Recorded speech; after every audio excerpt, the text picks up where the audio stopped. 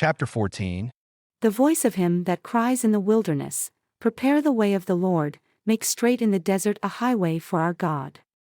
Every valley shall be exalted, and every mountain and hill shall be made low, and the crooked shall be made straight, and the rough places plain. And the glory of the Lord shall be revealed, and all flesh shall see it together, for the mouth of the Lord has spoken it. The voice said, Cry.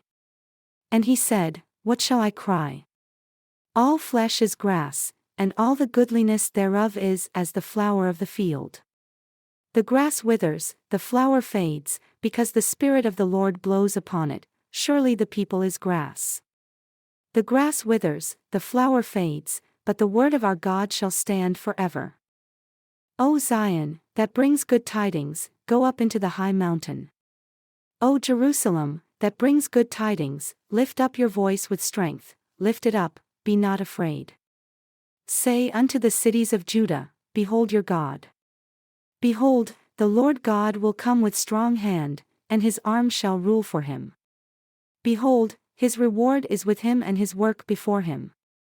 He shall feed his flock like a shepherd, he shall gather the lambs with his arm and carry them in his bosom, and shall gently lead those that are with young.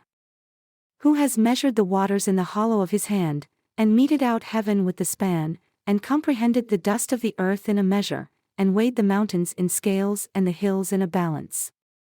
Who has directed the Spirit of the Lord, or being his counselor has taught him?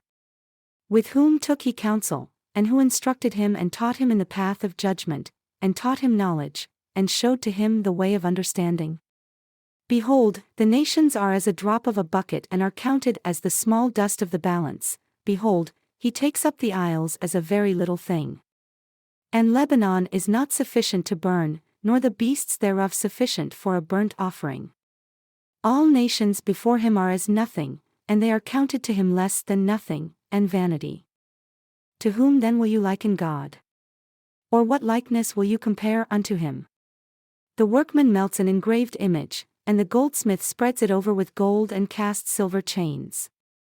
He that is so impoverished that he has no offering chooses a tree that will not rot.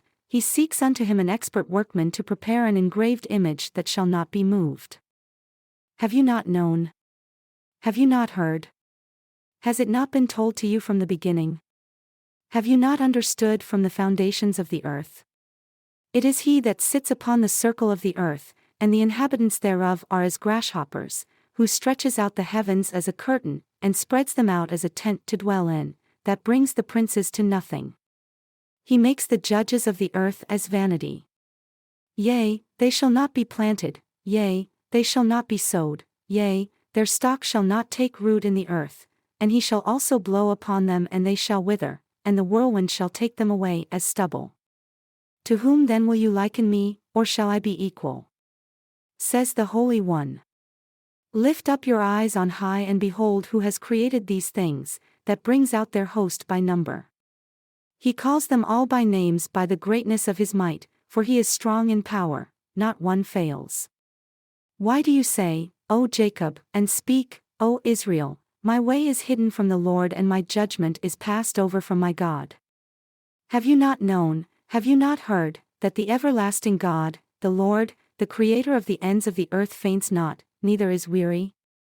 There is no searching of his understanding. He gives power to the fatigued, and to them that have no might he increases strength.